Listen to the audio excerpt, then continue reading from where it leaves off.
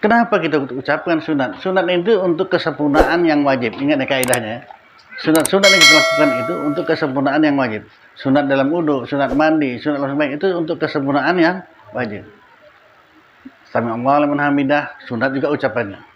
Berdirinya yang rukun. Allahu Akbar, ucapannya juga sunat. Mau sujud. Kenapa kau ucapan Allahu Akbar?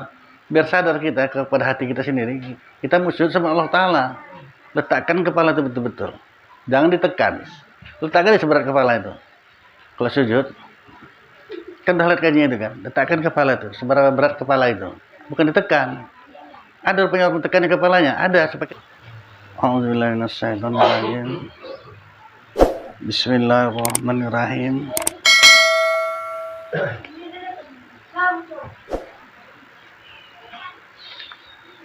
Dan ke-18 daripada fardu sembahyang itu membaca selawat akan Nabi SAW.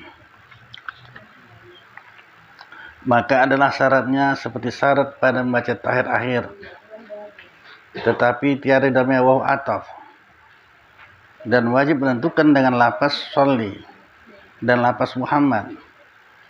Maka kalau begitu tidak sah ditukarkan dengan lafaz salim atau rahim, dan pada lafaz Muhammad ditukar dengan Ahmad atau Toha atau barang sebagainya. Enggak sah itu ya. Nama Nabi itu banyak ya, tapi jangan tukar-tukar. Tetap Muhammad ya. Dan ke-19 daripada fardu sembahyang itu membaca salam yang pertama. Kalau gitu yang kedua sunat ya, yang pertama itu salam. Maka sholat itu diawali dengan takbiratul ihram, disudahi dengan salam.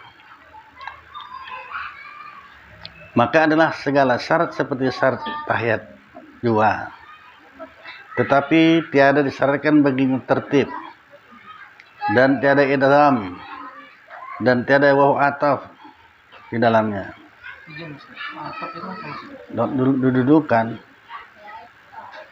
Didudukan dengan waw.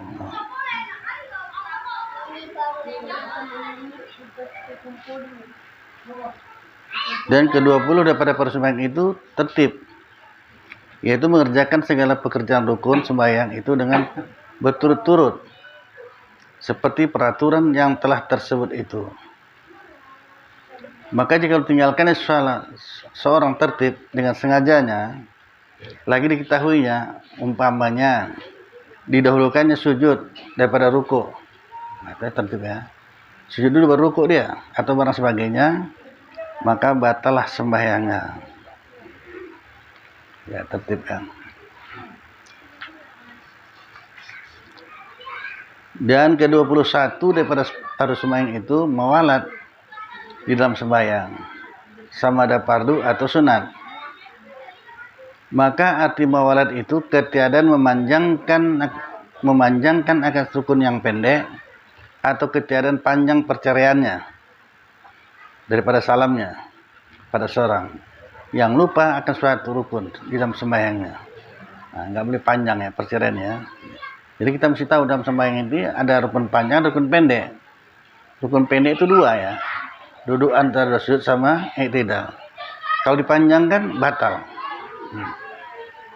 Sudah itu kedua jangan panjang perceraiannya. Misalnya seorang lupa 3 atau 4 ya sholatnya nih, duduk aja tahiyat dia, kata anaknya, Pak baru 3 rakaat sembahyang itu, atau istri ya, diam dia, apa iya, perasaan udah 4 rakaat ini, tapi orang istri sebelah dia nengoknya aja, atau anak kok baru 3 rakaat, maghrib udah lewat, dia mengisah ini berarti kan, dia diam ntar, apa iya ini, kalau lama perceraian ulang balik terpaksa. Makanya kalau orang mengingatkan langsung bangkit, itulah mawalat. Ya.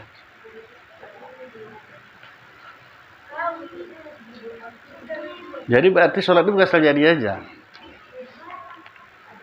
Kadang-kadang seseorang lagi baca Al-Fatihah di batuan dengan batu panjang ya, dan disambungnya. Tunggu, kalau udah panjang nggak bisa sambung lagi. Ulang dari mula Fatihah itu ya. Di Al-Fatihah ini banyak orang salah sholat. Karena salah satu syarat Al-Fatihah itu kan 10 syarat dah lalu kaji kita itu ya. Tapi ini mesti diulang ini. Karena kalau kita sholat model kita ini, kita itu susah juga ya. Kan kelihatan saya bilang, kita ini kalau udah masuk sholat, itulah baca Al-Fatihah sudah lancar kali dari kecil ya kan. Amin, ya udah siap Fatihah nih, ulang balik. Kenapa ulang balik? Karena nggak ada kesengajaan. Karena biasa mulut aja, udah ya. Ya. Karena kalau model kita kalau sholat begitu masuk sholat, masuklah semua yang ada dalam dunia. Kok sampai sebegitunya? Iya orang dipanggil setannya. Nah, terus saya dipanggil pun dia datang aja. Nah, jadi kalau nggak ada kesengajaan, tidak sah. Baru dikatakan sah, cukup rukun dan syarat. Nah, gitu ya.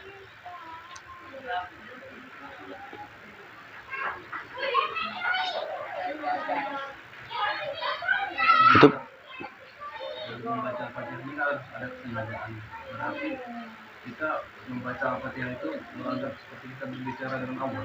ya iya, bukan seperti yang bicara dengan Allah Ta'ala memang. Bukan seperti lagi. Itulah makanya kadang-kadang kita nggak menganggap seperti itu, maka asal jadinya sholatnya. Nah, jangan coba-coba. Allah mau melihat, mau mengetahui, ya apa yang di hati kita itu. Ya kan? Kenapa sholat ini? Inilah sholat dosa yang nggak bisa dibilang lagi besar dosanya. Orang meninggalkan sholat. Karena itulah dia musuh agama, itulah meruntuhkan agama. Satu, kelebihan sholat ini, semua perintah melalui Jibril. Sholat tidak. Langsung dari Allah Ta'ala. Itu yang paling tinggi. Sudah, jangan main-main dengan sholat. Nah, terus diperbaiki.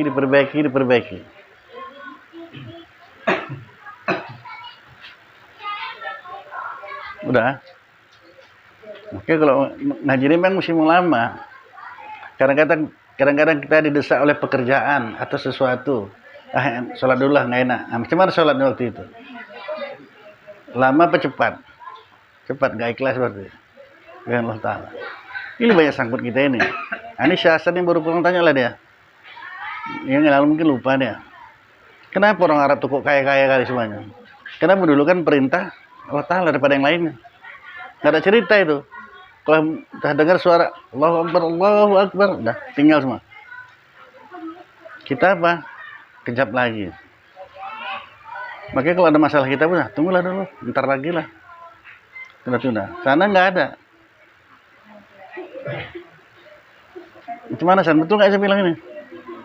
Nggak mau tahu ya kan? Orang belanja pun kita tinggal bayar duit aja pun. Allah Akbar, Allah. Nanti kita tinggal. Kalau orang kita, nah, cepat. Mau beli apa lagi? Cepat. Ya. Tanya lagi mau beli apa lagi. Mendulukan perintah. Jadi artinya gini. Kalau kita dulukan perintah Allah Ta'ala ini nomor 1, maka semua urusan kita pun nomor 1 semua. Udah. Maka jangan berpegang kepada hukum adat. Banyak binasa manusia itu kenapa berpegang kepada hukum adat. Walaupun kadang-kadang ulang-ulang saya sampaikan, mau muak-muak lah kalian situ, nggak peduli saya itu. Yang penting sama diri sendiri ya, nomor 1.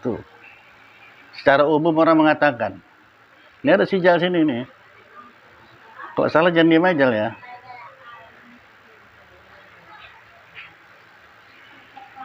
Uang bukan segala-galanya.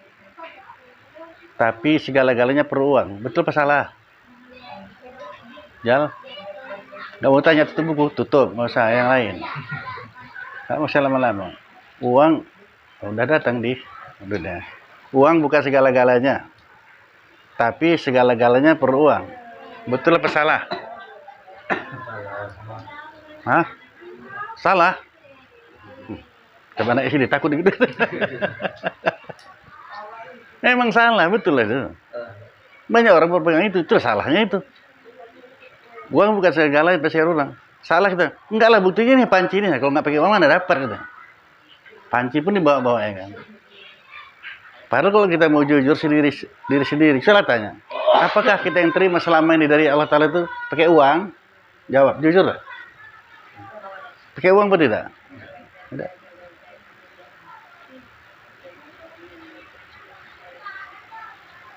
Jadi kurang nyata macam mana?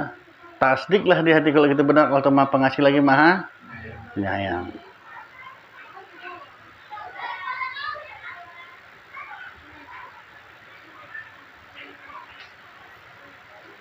Kurang jelas macam mana itu. Maka kaji ini jelas, nyata, bisa dibuktikan. Kalau kita sendiri tidak membuktikan, nggak duduk-duduk kaji di situ-situ, jangan pernah naik kelas.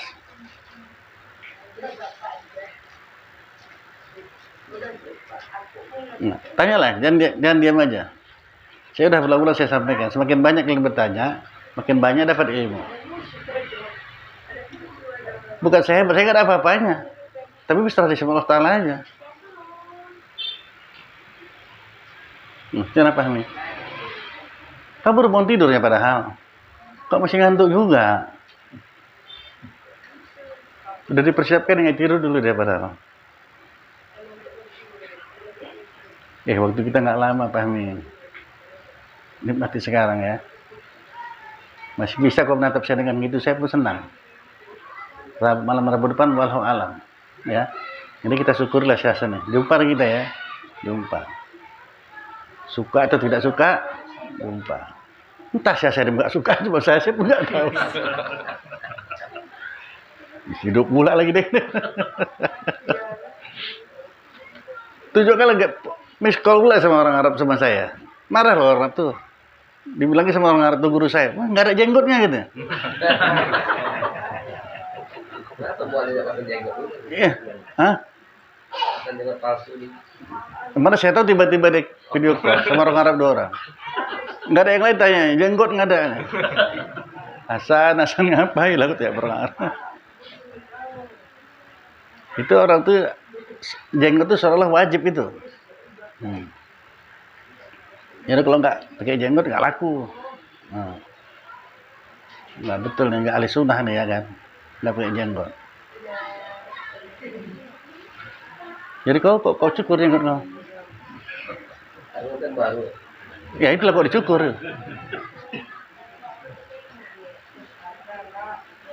Dia belum belajar sunnah Pak.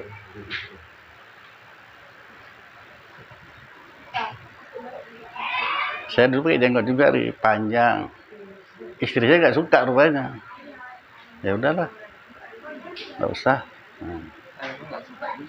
Kalau ikut ikutan. Karena nggak suka, saya potong besar.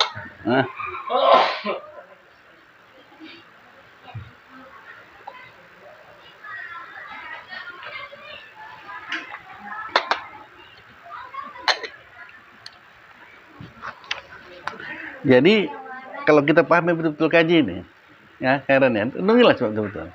Memang ngaji ini semakin lama semakin enak, bahkan nikmat. Kalau nggak nikmat juga nggak duduk kajinya. Kalau nggak enak nggak duduk kajinya. Orang Allah semua maha. Maha itu sama Allah Ta'ala, maha pengasih, maha penyayang, maha kaya, maha semua sama Allah Ta'ala. Apa yang kita gelisah di hidup ini kalau gitu? Maha kaya, maha kuasa, semua maha sama dia. Nah, cuman kita punya kias. Itu yang dikatakan Nabi sama Abu Bakar, ya Abu Bakar, kalau kita berdua ini ada yang ketiga. Itulah jawaban Nabi ketika Abu Bakar dalam ketakutan udah ya. Karena orang yang mengejar orang itu dari depan pintu gua. Macam mana kita nih Rasulullah katakan? Ingat Abu Bakar ya, kalau kita berdua ada yang ketiga. Kalau kita sendiri ada yang kedua. Nah gitu. Mana pernah takut jadi? Mana ada Nabi itu takut? Nggak ada. Para sahabat itu kuat-kuat, kokoh-kokoh orang itu ya.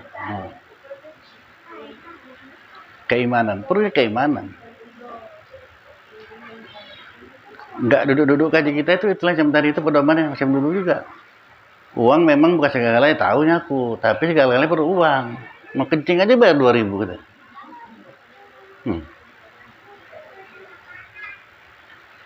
Macamnya betul kan? Padahal salah aja ya.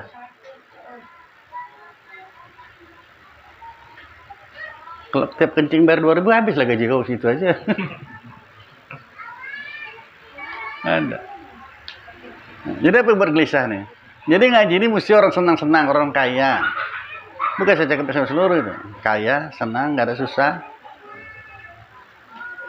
Orang Allah Ta'ala itu maha semua. Apa ditakutin? Nggak ada duit, nggak apa-apa. Karena sebenarnya nggak perlu pakai duit. Semua kita terima dari Allah Ta'ala ini semuanya ada yang pakai duit, ada yang tidak kan. Kalau itu mana paling banyak, nggak pakai duit sama pakai duit. Nah, maka sekali-sekali kalau berkaca, ya, terutama perempuan-perempuan ini lah, kalau berkaca, jangan nengok berkaca nengok muka aja, tengok di kening tuh. Tulisannya apa? La ilaha illallah atau duit. Kalau duit, bang, tukar ya. La ilaha illallah. Gak bisa dibantah ini.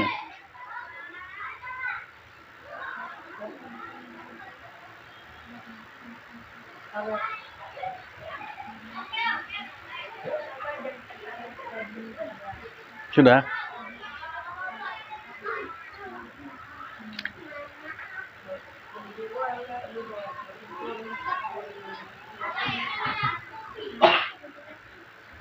Maka sholatlah terus kita perbaiki, terus perbaiki sholatnya. Kalau gitu sholatnya bukan semakin lama semakin cepat, semakin lambat. Karena merasa takut kehilangan bercakap-cakap dengan Allah Ta'ala. Itu pertanyaan kau tadi. Kita baca Fatihah selamat 1 rakaat, 2 rakaat, ya sudah selesai 1. Berarti 3 lagi, 2. Rakaat ketiga, rakaat keempat, asyiknya bisa sholatnya.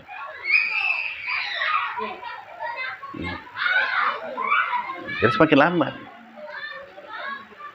Supaya hati jangan kemana-mana, masuklah kita ke sholat. Ini kan udah hijrah kita ini sekarang. Sadar tidak sadar kita sudah berada di tahun 1444 hijrah. Dari yang dulu lewat, udah sekarang hadapin yang baru. Hadirkan makna Al-Fatihah itu, paling tidak ya. Supaya jangan melalak-melalak kemana-mana. Masa dalam sholat cerita duit juga. Lucu kali ya. Saya udah ulang-ulang saya bilang, kaji ini betul-betul diamalkan. Karena kaji jelas nyata bisa dibuktikan. Kalau kata-kata saya ini banyak nggak cocok, tahunya saya itu. Apalagi kata Syekh Hasan, jangan menyinggung perasaan orang, nggak ada cerita ini, nggak bisa main pelan-pelan lagi udah ini ya.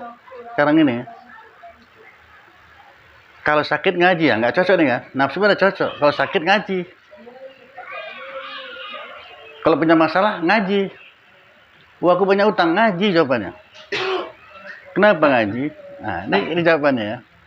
Itulah enak kalian ngaji ini. Nggak usah kalian bertanya. Biar aja saya yang bertanya, saya yang jawab. Kurang enak macam mana lagi? Yang nyuruh ngaji siapa? Allah Ta'ala. Yang buat sakit? Allah Ta'ala. Nah, kita ngaji. Cocok disakitkan apa sembuhkan? Nah, makanya orang yang yakin dengan ini, dia pun nggak sadar bahwa sakit udah nggak ada. Siapa itu? Yang mengamalkan lah. Punya masalah. Yang nyuruh ngaji Allah Ta'ala. Yang buat masalah siapa? Allah Ta'ala. Ngaji. Cocok diselesaikan enggak? Ini doa tak dilapaskan. Makanya kita waktu ngaji seperti ini, banyak kali doa yang nggak dilapaskan ini. Secara tidak langsung kita minta disehatkan. Secara tidak langsung kita minta supaya banyak duit. Ya. Apalagi?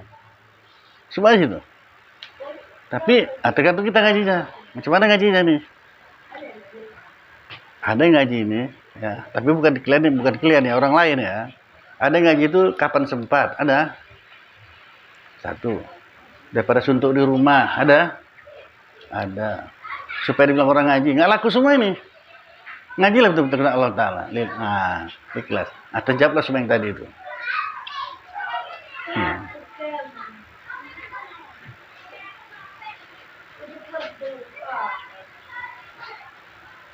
Berapa juta yang berangkat haji itu?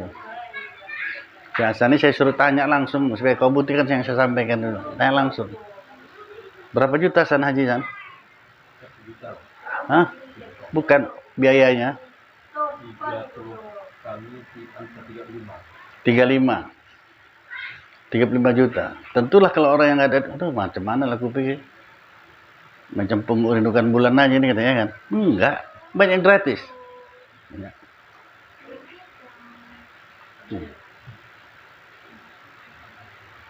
Tengok Ridwan Kamil malah diundang sama Raja Salman. Istimewa kan dia tuh ya kan?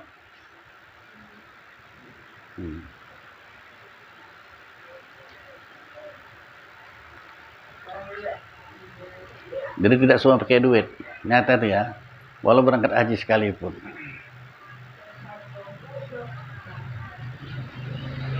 Orang sekarang banyak pegang dengan duit. Makanya berkaca lah. Tengok di kaca tuh. Tengok di kening itu apa tulisannya? La ilaha illallah atau duit.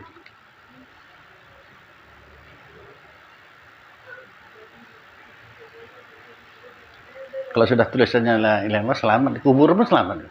Mungkar nangkir pun nggak nanya lagi. Udah ada stempel sini la ilaha illallah. Oke, kalau ada keluarga kita mati udah meninggal jarang-jarang tuliskan di keningnya itu ya. La ilaha illallah. Jangan pakai spidol, kita tangan kita aja. La ilaha illallah. Pakai spidol. Nah. Tulisan la ilaha illallah, ada stempel.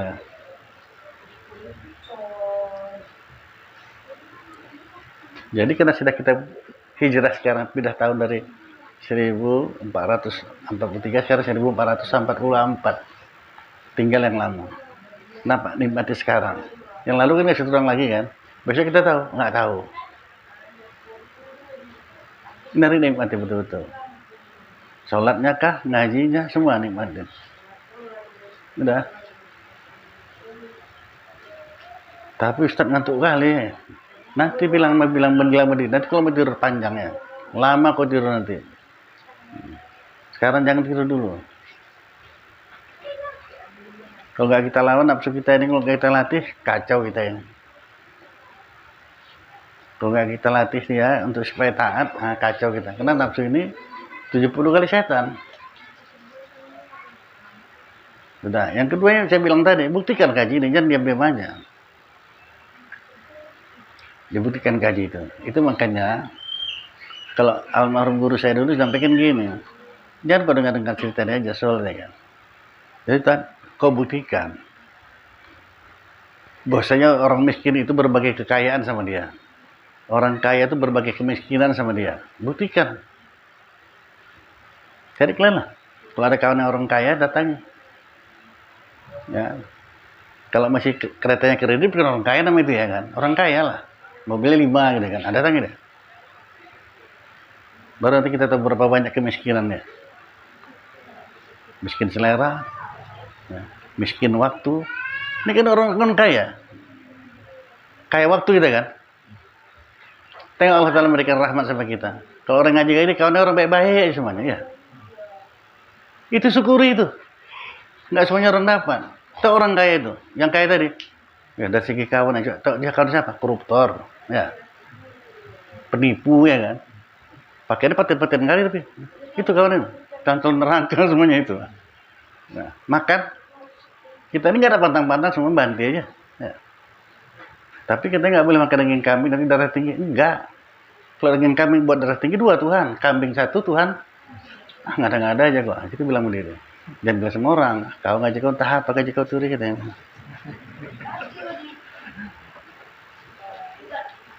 Jual itu ada pantang-pantang di membatnya aja kambing-kambing lah. Untung aja nggak ada di Medan orang jual kambing seekor ya. Kalau ada seekor tuh baru.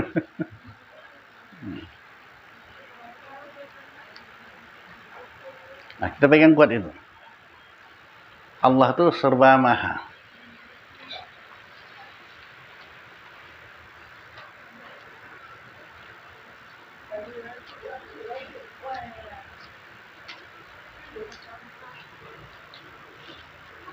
Sampai ada ibu-ibu, Pak Ustadz ya, Pak Ustadz suka kali negur apa, kalau melalak sih kita bertegur langsung, katanya kan.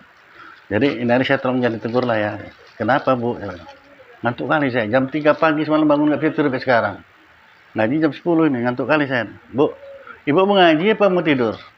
Mau ngaji nggak ngantuk kok. Kalau Ibu mau ngaji nggak ngantuk. Kalau ngantuk nggak cocok, yang nyuruh ngaji siapa? Nah ditidurkan ya nggak cocok, enggak. Betul orang tercampak itu. Kalau nggak ngaji udah tidur. Itu artinya. Kalau kita ngaji nggak akan tidur, nggak akan ngantuk. Udah. Kalau saya 40 hari lita sana ya. Capek lah. Letih bilang Melayu ya. Kan bahasa Melayu juga lah. Orang Melayu kok. Letih kali ya. Bukan capek. Letih itu lebih dari capek lagi tuh. Tidak pikir ya, letih kali ya rasanya udah parah itu. Panggillah Syekh kusuk ya. Udah kusuk dia belum? Ah inilah kau, cuman saudara pulang kusuk lah.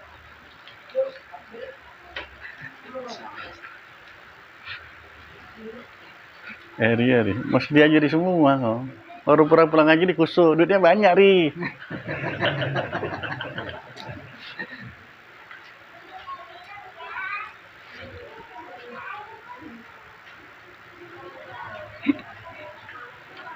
Itulah makanya kaji kalau paham kita amalkan yakin. Udah Budi, sakit itu Allah Ta'ala jadikannya kok. Allah Ta'ala kuasa, bahkan maha kuasa menyembuhkan penyakit tanpa pakai obat. Betul nggak? Udah kita rasakan semuanya kok. Allah Ta'ala kuasa mendatangkan rezeki yang tak disangka dan tak diduga. Betul nggak? Betul juga. Jadi apa kita takut di hidup dalam dunia ini? Nggak ada. Ustaz itu pengen ngomong aja di awal. Bilanglah sekarang. Izin Ustaz. Datang juga rasa risau. Emang ngaji lah. Jangan kau tinggalkan ngaji ini. Nah, tentulah betul-betul ngaji ini. Kalau kau tinggal, maka opennya kau lah. Udah, tak kau siamal kan? Itu cucu saya itu. Tapi belum saya hitung orang ngaji dia itu. Betul aja kau. Nah, suka-suka ya, kadang datang kadang enggak. Cerita-cerita hantu dia emang udah. Betul kok. Nah, pergilah kau kesana. Capek dah kasih tau. Nggak mau dia udah suka tinggal lah. Sudah kasih saya semua. Dia masih mau belajar lagi tembus pandang. Jangan kalian tuntut ilmu itu. Kalau kita tuntut ilmu tembus pandang, nggak bisa sembahyang kita. Nggak bisa keluar rumah ya kan. Telanjang orang semua.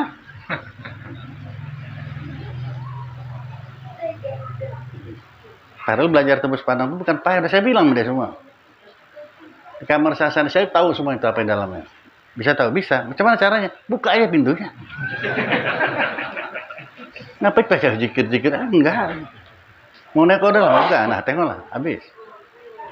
Kenapa ribet-ribet kamu?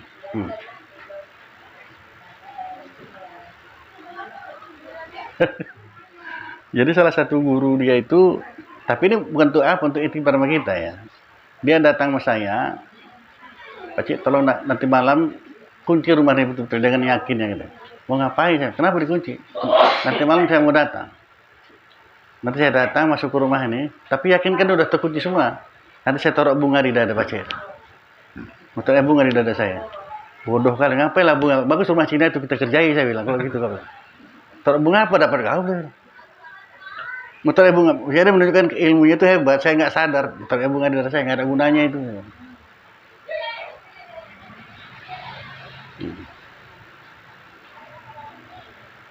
Dari, yang penting paham kaji ya. Kalau nggak ya itu apa?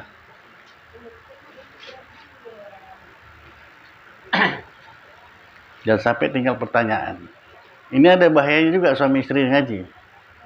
Ada nggak enaknya, nggak cocok dalam. Kalau nggak suami istri ya, kalau suami istri kan cocok, sepaham tentang jalan, enak menjalani kehidupan nih, kata kita. Tapi kadang-kadang yang ngaji ini istri ngarepkan suami, suami ngarepkan istri. Nanti jalan aku tanya suamiku, suami nanti tanya istriku. Padahal dua-dua tidur nggak ada ngaji dua-duanya. Maka terjadi sampai rumah bang.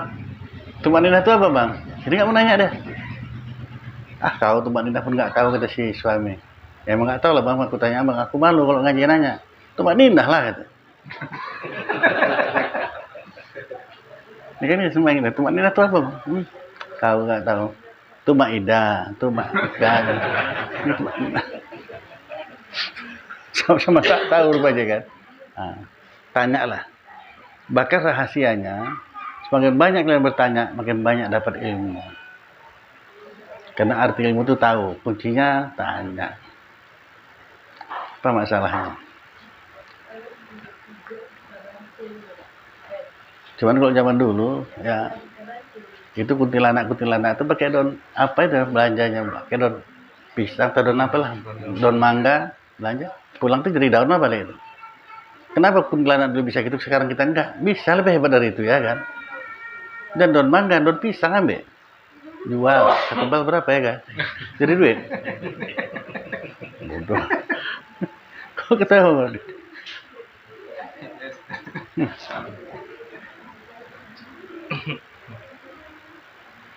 Cobalah betul kita nikmati. Semalam nggak tulang, besok kita nggak tulang. Sekarang nikmati sekarang ini. Karena kejadian sekarang nggak tulang lagi nih. Maka saya minta masih pahami, pandanglah sama-sama kita melihatnya. Ya, bang. Atau nggak pernah terpikir kau itu? Kok kira jumpa aja gitu ya? Kira manusia. Ya. Walau alam nggak tahu kita. Inilah resep yang dikasih Rasul sama kita itu untuk kita menguatkan ibadah. Kuat kita ibadah. Subuh malas bangun. Dia terus apa nggak enak lah kan? Mau mandi wajib pula lagi kan? Hari belum ya? Kalau saya ingat mati, inilah terakhir kau sembahyang subuh. Bisa tidur. Tidak bisa, inilah terakhir kau tidur. Habis subuh mati yo. Oh nggak ngaji lah hari. Hujan lebat kali. Habis ngaji ini habis. Habis cerita kau. Padam. Ngaji apa enggak? Ngaji jadi kan. Itulah resep paling ampuh dari Nabi. Ingat mati. Kalau nggak ingat mati, udahlah.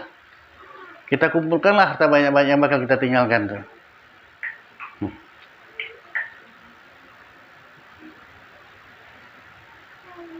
Nah, jangan sampai terjadi ya. Karena yang salah pun sampaikan juga supaya jangan sampai terjadi. Ada satu ibu meninggal, anaknya banyak, anaknya 10 orang. 10 orang. Meninggal dia. Hartanya pun meninggal.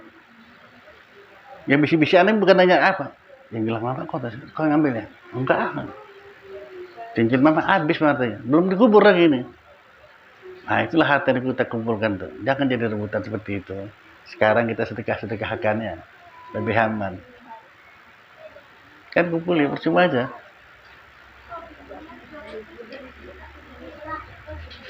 Akhirnya meninggal mamanya, mukanya ketat-ketat semuanya. Nah, ya pikir sedih, rupanya mikirkan, nah, tamak dari yang ini kemana sih? Ini dia diambil luar. Kacau. Nah, jangan supaya itu terjadi. Tapi kalau udah ngaji, tanamkan sudah, habis-habis lah situ ya. Tengok, ini ada orang yang perlu kita cemburi, dia bersaudara 9 orang. Ayah udah sakit-sakit nih. Udah. Harta warisnya banyak. Kumpulkannya adik-adiknya. Keren dengar ya. Ini ayah ini mesti ada yang ngurus, nggak bisa lepas ke sendiri aja. Kalau masukkan ke peti jompo, itu anak durhaka namanya kan. Nah, jadi abang mau bilang sama kalian, siapa yang ngurus saya nggak dapat warisan. Ini syarat abang. Jadi biar abang yang ngurus ini, ayah nih, sampai mati. Jadi kalau siapa yang ngurus nggak dapat warisan, cocok semua nih kan? Cocok lah kalau itu, cocok kali itu. Matilah ayahnya. Malam ketiga, malam ketujuh, gimana nih bang harta ini, harta ayah nih? Kalau nggak sekarang kita bagi, pak ayah nih. Mana tulisan aku itu kata abangnya. Kan aku bilang sama kalian, orang aku ngurus kalian itu. Atau sama kalian sama aku enggak. Kan aku bilang harus janji kita kan, yang ngurus saya nggak dapat warisan. Nah, jadi kalian aja, aku enggak. Pegang kuat. Ada tangan salah satu adik yang alim nanya, bang kenapa pasti pegang gitu kali? Abang perlu akhirat bukan dunia. Kalian nggak ngerti, ambil semua borong ayahnya, ayahku sendiri ngurus, bukan kalian kan? Ambil kalian. Paham kalian tuh? Ini orang perlu kita cemburu. Kembalikan cerita tadi.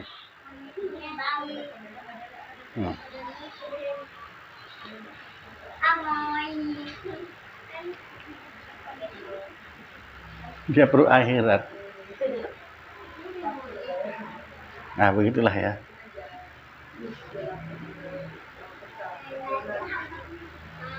Itulah yang paling besar ibadah.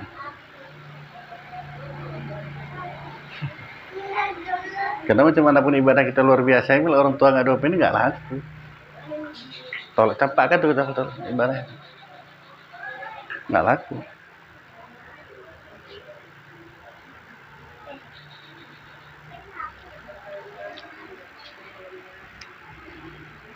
Pasal pada menyatakan segala sunat di dalam sembahyang.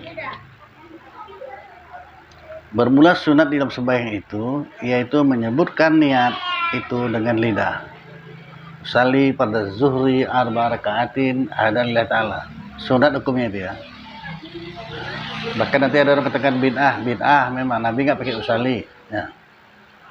Kenapa kita pakai usali? Untuk menguatkan hati. Karena hati kita ini udah diajar gitu pun melalak juga. Usali pada zuhri arba rakaatin lillahi ta'ala. Sunat hukumnya. Kenapa kita usali juga? Bilang sama diri kita sendiri, kita mau sembahyang ngajar kemana-mana ya. Pun melalak juga. Dahulu daripada takbiratul ihram. Tujuannya apa? Supaya menolonglah hati. Dan sunat menghadirkan niat itu dengan hati. Daripada permulaan sembahyang datang kepada kesudahannya. Dan sunat mengangkatkan kedua tangannya serta permulaan alif takbiratul ihram. Dan sunat pula, ya, sunat hukum ya, sunat pula adalah kedua ada kedua tapak tangannya itu terbuka, sunat. Mengangkat tangan sunat, tangan terbuka juga sunat. Jadi kalau kita sembahyang Allahu Akbar pas angkat tangan sah, ya. Jadi Ustaz, takbir pertama Allahu Akbar itu sunat atau rukun? Allah masih melafazkannya Sunat. sunat ya, bukan rukun. Lapas itu yang rukun. Allahu Akbar itu rukun. Jadi kalau kau pun kau katakan misalnya pada zuhur itu sunat juga, nggak usah. Allahu Akbar, udah. Hadir, itulah yang rukun itu. Rukun itu takbirannya ya Allah. Iya, ngangkat tangannya pun sunat. Ya maksudnya ucapan apa yang Ucapan itu yang lapas. yang rukun. Nah, yang rukun. Jadi sholat itu diawali dari takbiratul ihram, disudahi dengan salam. Itulah enaknya kalau kita sudah mengetahui mana yang rukun, mana yang sunat dalam sembahyang, mana rukun panjang, rukun pendek, enaknya kita sholat. Jadi enak. Jadi Ustaz, jadi untuk selanjutnya masuk rukun juga. Misalnya rakaat kedua takbir itu Sunat. sunat ya, untuk pertama saja ya. Takbiratul ihram yang pertama itulah. Kalau takbir mau ruku, bukan takbiratul ihram namanya. Takbir intiqalat namanya. Takbir mau sujud, takbir intiqalat, bukan takbiratul ihram. Bagus lah kau tanya itu. Banyak orang nggak tahu. Pikir takbiratul ihram semua enggak. Jadi mau sujud aja nggak usah pakai takbir, sah. Kenapa kita ucapkan sunat? Sunat itu untuk kesempurnaan yang wajib. Ingat ya kaidahnya. Sunat-sunat yang kita lakukan itu untuk kesempurnaan yang wajib. Sunat dalam wudu, sunat mandi, sunat dalam sembahyang itu untuk kesempurnaan yang wajib. Sami Allahu liman hamidah, sunat juga ucapannya. Berdirinya yang rukun. Allahu Akbar, ucapannya juga sunat. Mau sujud. Kenapa kau ucapan Allahu Akbar? Biar sadar kita kepada hati kita sendiri. Kita mau sujud sama Allah Ta'ala. Letakkan kepala itu betul-betul. Jangan ditekan. Letakkan di seberat kepala itu. Kalau sujud, kan udah lihat kajian itu kan. Letakkan kepala itu, seberapa berat kepala itu. Bukan ditekan. Ada rupanya orang tekan di kepalanya. Ada, supaya keningnya hitam. Kalau mau kening hitam, ikut kerja sama siapa? Syahri ya kan? Hitam kening itu. Hitam, nggak payah. Kok ketawa kurunnya? Nah, iya, maka itu. Kadang tekan, jangan. Nggak penting, cahaya itu di hati ya kan? Cahayanya. Maka kalau orang yang sholat, kata anak orang sekarang, auranya ada nampak kan? Walaupun putih dia, karena kalau orang nggak sholat, nggak ada cahayanya. Itulah hebatnya. Apakah bisa diketahui? Nah, itu pertanyaannya. Dalam hati ini, biar saya jawab aja. Lama kali saya nunggu pertanyaannya. Apakah bisa diketahui orang ngamalkan? Nggak bisa. Tahu? Kenapa nggak tahu? Bisa. Kita ini gitu masing-masing. Siapa yang kenal sama Syahri dulu, yang pertama kali dia ngaji? Nah, Heri dulu sama sekarang, siapa? Diamalkannya tidak tahu lagi dah. Kok payah kali sih? Mungkin dia menikah pun nggak payah, udah ada cahayanya ya kan? Udah nggak bisa cakap deh kan? Emang gua bilang lagi.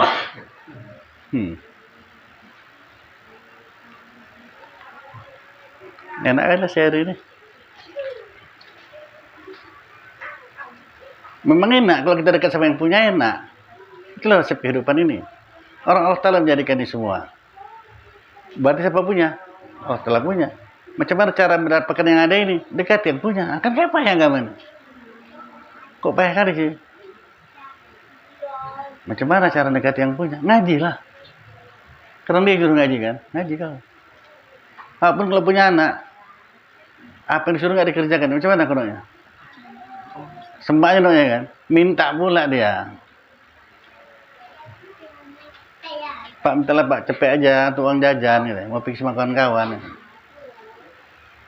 Kau kasih apa kau marahi? Marahi. Tapi kalau dia baik, dikerjakan yang semua perintah Allah. Ingat tugas kau ya. Kau udah besar, jangan sampai mama kau lagi nyuci piring. Dikerja semuanya, nyapu, beresnya semuanya. Nggak usah minta pun kau kasih kan. Apalagi dia minta. Itu iktibar sama manusia, apa sama Allah Ta'ala. Kerjakanlah ngaji. Nah sholat juga nggak bisa tegak kalau nggak ada ilmu kan. Itu mengatur ilmu ini wajib. Arti wajib dikerjakan berpahala, tinggalkan dosa. Jadi kalau nggak ngaji berdosa, dosa lah. Tanya pula adik, kapan aku mulai ngajinya? Tanyalah. Baru-baru ini aja, ya. Beri dari dulu dosa aja ya.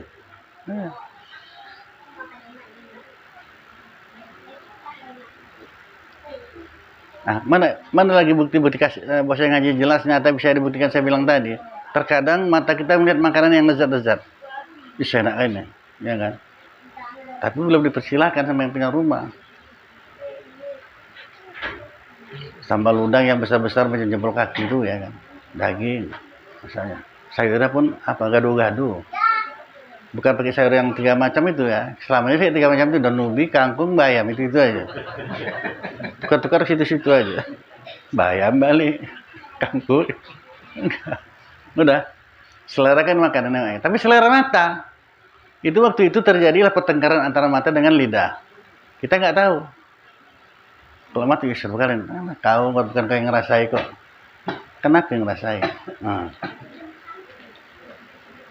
Baru makan berang, kenapa kau kan nggak enak, pahit ya kan? Tak sedap semua.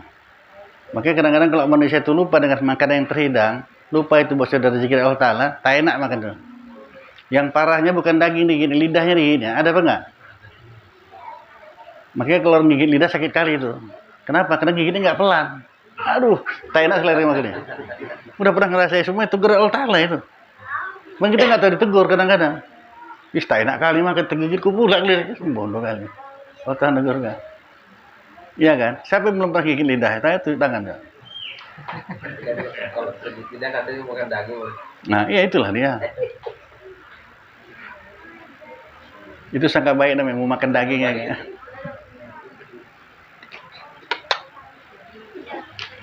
Banyak kan dalam kehidupan kita nggak sadar.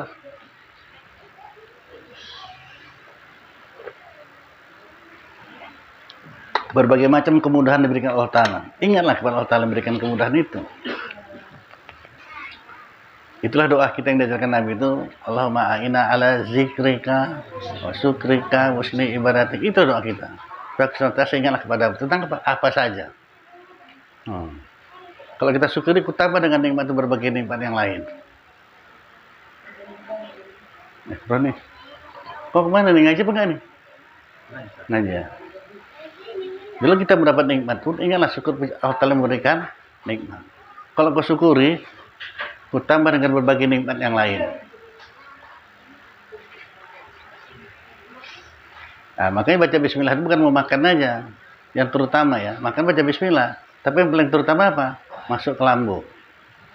Banyak kali orang lupa. Makan ingat. Karena itu diajar orang tua kita dulu. Itu jangan makan, baca bismillah dulu. Dari kecil tuh. Kalau yang udah tua-tua ini, masuk ke lambung lah baca bismillah. Kalau enggak nanti ikut campur orang yang ketiga ya. Siapa yang ketiga?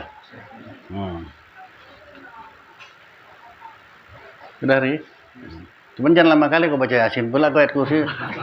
Boleh? Jawabannya pasti boleh. Boleh start saya baca Yasin dulu? Boleh. Tidurlah udah katanya. Udah kata Nabi baca bismillah, bismillah aja. Kalau dia bertanya, boleh baca ayat kursi dulu? Ya boleh, jawabannya aja lah ya. Boleh. Nah kalau itu apa kata Nabi anjurannya? Ya Aisyah.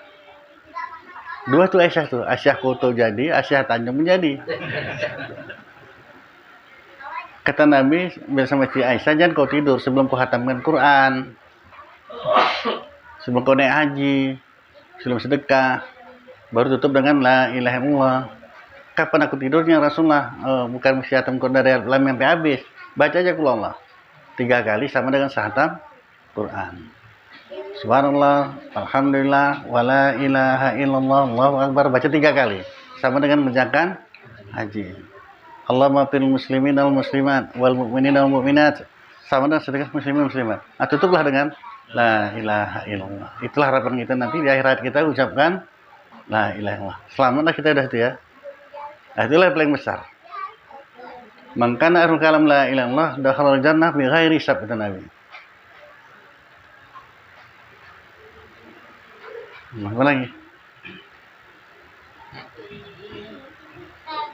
Kalau nafsu ditanya, maunya duit banyak ya kan? Enggak, sampai bilang enak. Enggak kok. Duit banyak pun enggak enak kok. Yang enak kan Allah Ta'ala. Banyak juga orang enggak ada duit, tapi enak aja hidupnya.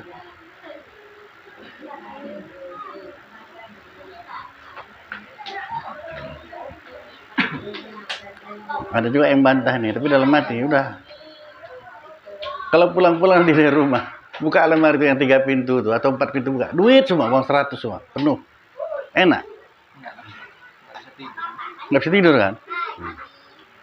Nah, kami bisa tidur ya kan? Bisa kali nih. Nah, tuh, memang ini gue tunggu-tunggu ya, Jar. Nggak bisa tidur, gimana lah ini?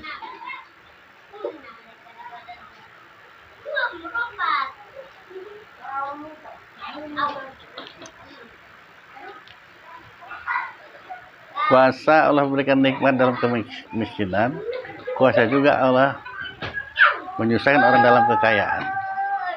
Seperti tadi saya bilang, kalau nggak kau buktikan nggak tahu.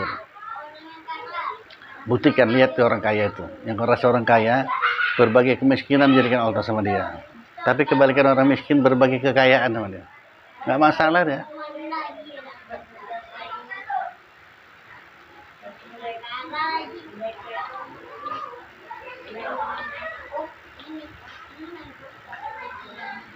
Jadi ini Ustaz, lebih bagus kita ini bisa ngaji, bisa kaya, lupa.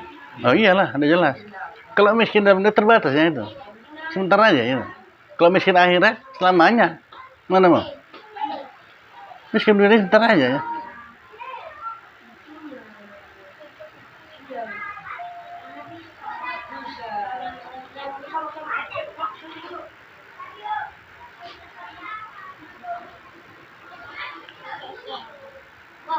Dan sunat, hendaklah ada kedua tapak tangannya itu terbuka, dihadapkan ke kiblat, serta dijarangkannya segala jarinya, dengan pertengahan jarang lah ya, dua. Tujuannya apa? Supaya jadilah segala jarinya itu menghadap kiblat. Tetapi makruh menutup dia, melainkan kena uzur. Dan hendaklah ia menyentulkan kedua ujung cuping telinganya, dan disuruhkan mengangkatkan kedua tapak tangannya serta kesudahan takbiratul ihram. Dan lagi sunat mengangkat kedua tapak tangannya seperti demikian itu tatkala akan ruku. Mau ruku pun angkat tangan juga, sunat. Dimulainya mengangkatkan kedua tapak tangannya itu tatkala ia berdiri, ya, seperti permulaan takbiratul ihram. Mentakbir gitu ya, sunat hukumnya ya.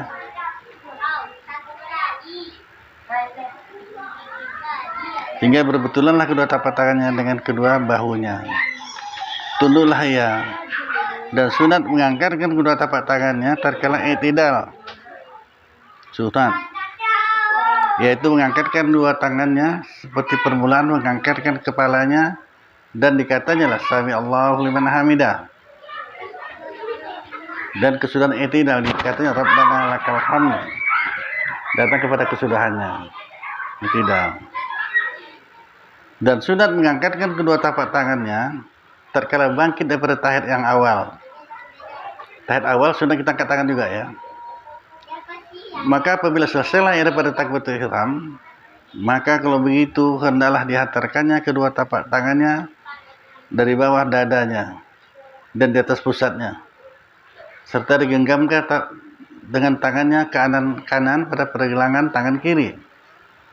Adapun hikmah menyuruh pada menghantarkan kedua tangan di bawah dada itu sebab ada di sana anggota yang mulia, yaitu hati, yang tepat niat dan ikhlas dan takut akan Allah Ta'ala. Itu sunat tutupnya di hati ini. Tadi yang di dada itu Itulah dia. Ini di bawah susu ini. 3 jari, hati itu situ. Ini niat yang apa? Nggak dilapaskan supaya jaga nih hati jangan kemana-mana. jadi juga saya pernah lihat ada orang dia meletakkan di samping itu jaga lagi. Nah itulah dia. Nah gitu. Apa hukumnya itu? Hukumnya apa sih? Sunat. Ingat ya. Nanti gara-gara itu kok saya bukan bisa wajib pulang, enggak. Sunat ya. Tapi udah saya sampaikan. Yang umum kan di sini Ustaz, yang ada tadi sunat juga. hati ya. Pusat itu tempat masuk setan. Hati tempat niat ikhlas was itu hati itu. Jangan kemana-mana. Karena hati itu yang melalai ya. Makanya perbaiki hati itu. Karena kata Nabi, hati itu adalah raja. Kalau baik rajanya, baiklah rakyatnya. Jadi kalau banyak sakit-sakit, berarti hati rajanya nggak bagus tuh ya. Cuman kadang-kadang orang kalau dibilang, gak usah kadang nggak ngaji, udah ngaji bener, istighfar lah. Kalau ngaji mudah kali, kalau sakit sedekah, istighfar. Jadi saya pernah tanya orang kan, jadi dia megang gini Samsung gini. Jadi dia bilang, dia jelaskan dulu pada zaman Nabi ada perang, makanya orang itu duduk di sini gitu. Iya. Jadi salah nggak dia? Salah, nggak gitu. Tapi jawabannya gitu. Nah inilah dia. Ini kan bukan kata saya kan, karena situ tempat hati yang mulia, tempat niat dan ikhlas mas itu. Jagalah secara tidak langsung kita berdoa sama Allah Ta'ala. Sama dengan ngaji ini, orang ngaji ini banyak kali doa yang tadi lapaskan ini. Berbagai doa yang tadi lapaskan, terutama yang paling penting kali kita apa? Supaya kita yang hadir ini semua digolongkan orang yang peduli dengan agama. Kalau orang nggak ngaji, nggak peduli. Nah, nggak sebenarnya main deh emang, tapi nggak boleh mau nggak salah tak situ. Ini yang kita mau tahu nih, mana rukun sholat tuh, yang 13 itu satu-satu mesti tahu kita. Fardu ain ya. Kalau nggak tahu nggak peduli. Terus sembahyang Jumat aja lah. Kalau orang nggak peduli kan sembahyang. Kalau saya pindah sana pindah kemari setelah sembahyang Jumat. Nanti sembahyang sunat Jumat, sebelum Jumat tengok datanglah hatibnya. Nah, dari pakaian tahu lah kita di hatibnya, pakai jubah, pakai sorban oleh sembahyang sunat ya. Tengok kakinya kayak gini. Bagus tak keluar. Nanti kacau saja mana. Kalau orang nggak peduli agama lantas itulah. Dialah tanggung. Saya bilang dia tanggung. Maka nanti pun ada juga orang berhujah dengan Allah Ta'ala. Setan ini ya Allah makanya aku kena ini. Setan ini saya ngoda aja. Tanya setannya sini kostan. Ya. Kan gitu kan. Kalau saya ngoda. Memang ya orang itu kerjaku memang. Ini yang bahasa cat mau aja. Kok aku disalahkan? Kata setan. Apa kita jawab? Kenapa aku disalahkan? Kata setan. Kerjaku tuh memang itu loh. Macam mana sebanyak-banyak dari umat Muhammad ini masuk ke neraka semuanya. Tapi aku nggak bisa merubahnya ya Allah. Nakut-nakuti aja. Macam hantu itu juga.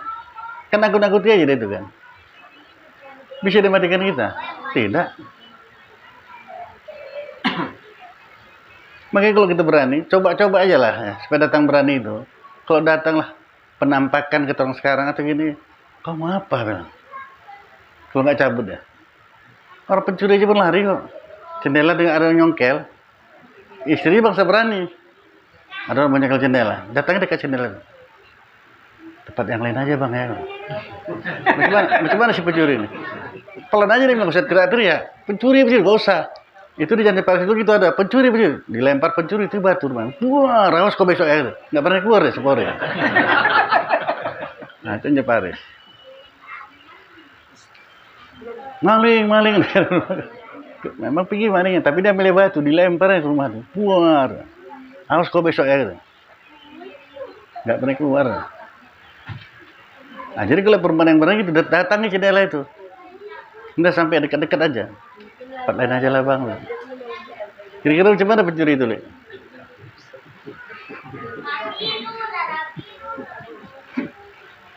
Orang dulu betul-betul orang alim lah orang tua kita dulu. Pandai kali deh.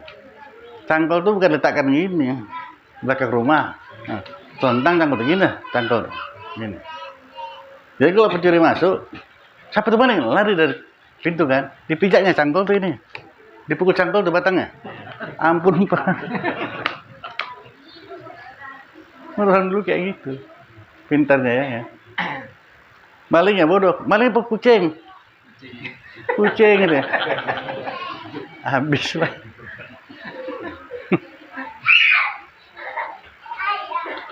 Jadi ada yang kita perlu bertanya, ada yang tidak perlu bertanya. Kalau cuma 2 orang lah kita, 2 orang ya dia. Nggak ada orang lain di kamar kita, cuma berdua. Tetap tercibur bawa itaina. Perlu nanya apa enggak? Kalau orang nanya bodoh kan nanya. Kan bodoh kan?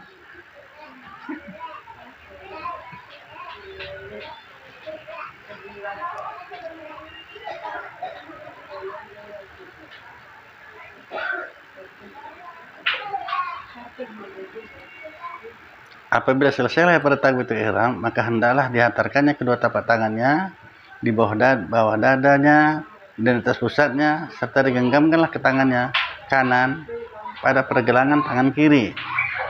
Adapun hikmah menyuruh pada menghantarkan kedua tangannya di bawah dada itu, sebab ada di sana anggota yang mulia, yaitu hati, yang tepat niat dan ikhlas dan takut akan Allah Ta'ala. Dan sunat pula ia menilik di dalam sembahyang itu kepada tempat sujud. Jikalau buta atau yang sembahyang di dalam kelam sekalipun, ya tempat sujud kemana-mana ya. Sunat dilihat tempat sujud ini. Kan dari mata yang turun ke hati ini kan. Kalau nggak ke tempat sujud, entah kemana-mana pergi menolak kita.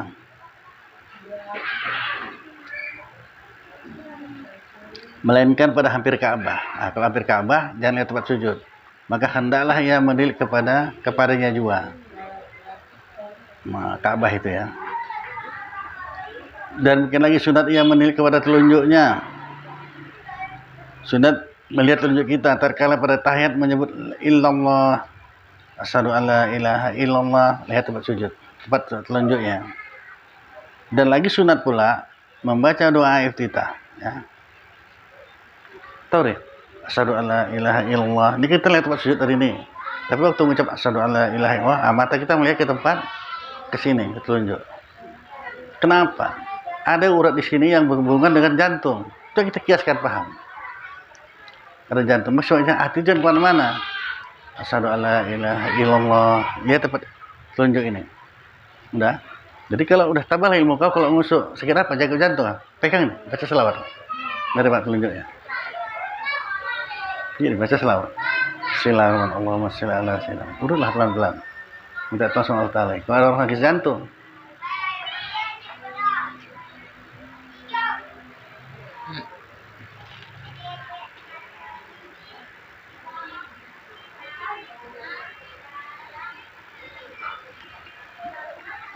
dan lagi sunat pula membaca doa iftitah dengan perlahan-lahan. Kapan itu? Kemudian daripada takbiratul ihram, yaitu Allahu Akbar kabira walhamdulillahi katsira wa subhanallahi bukratan wa asila. Dan sunat membaca alhamdulillahil hamdan katsiran thayyiban mubarakatuh. Dan sunat pula tambah membaca wajjahtu wajhiya lillazi fatara samawati wal arda hanifan muslima wa ma ana minal musyrikin. Inna sholati wa nusuki wa mahyaya wa mamati lillahi rabbil alamin. La syarikalahu wa bidzalika umirtu wa ana minal muslimin. Sunat ya. Untuk apa kita pelajari ini? Kan panjang juga bacaannya ini ya. Kalau kita sempit waktu jangan baca ini. Itu tujuannya untuk mengetahui mana rukun, mana sunat. Baca doa iftitah ini kita subuh udah kesiangan. Kita habis waktu 5 menit. Jangan baca lagi nih. Kunut-kunut pun tinggal aja.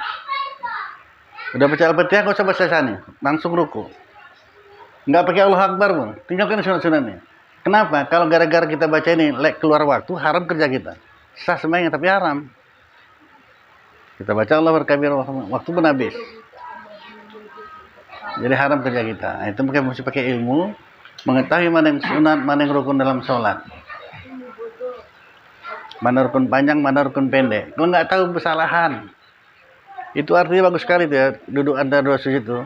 Wifirli, warhamni, warzuqni, wajiburni, warfa'ni, wahdini, wa'afini, wa'fu'ani. Kan bagus sekali doanya itu. Ulang-ulanglah 2 kali. Batal. Dan rukun pendek. Nah sudah ya, ini sampai sini kerja kita dulu ya. Bismillahirrahmanirrahim. Bismillahirrahmanirrahim. Alhamdulillah rabbil alamin wassalatu wassalamu ala asrafil anbiya wal mursalin sayyidina Muhammadin wa ala alihi washabihi ajmain. Ya arhamar rahimin, ya arhamar rahimin, ya arhamar rahimin. Allahumma razuqna ilma wa razuqna fahma. Allahumma razuqna ilma wa razuqna fahma. Allahumma ighfir lana dzunubana wa liwalidayna warhamhuma kama rabbayana shaghira. Allahumma qil lil muslimina wal muslimat wal mu'minina wal mu'minat al ahya'i wal amwat bi rahmatika ya arhamar rahimin. Allahumma a'inna ala zikrika wa syukrika wa husni ibadatik. Rabbana atina fid dunya hasanah wa fil akhirati hasanah wa qina adzabannar. Wa sallallahu sayyidina Muhammadin wa ala alihi wa sahbihi ajma'in. Subhana rabbika rabbil izzati amma yasifun. Wassalamu alal mursalin. Alhamdulillah rabbil alamin.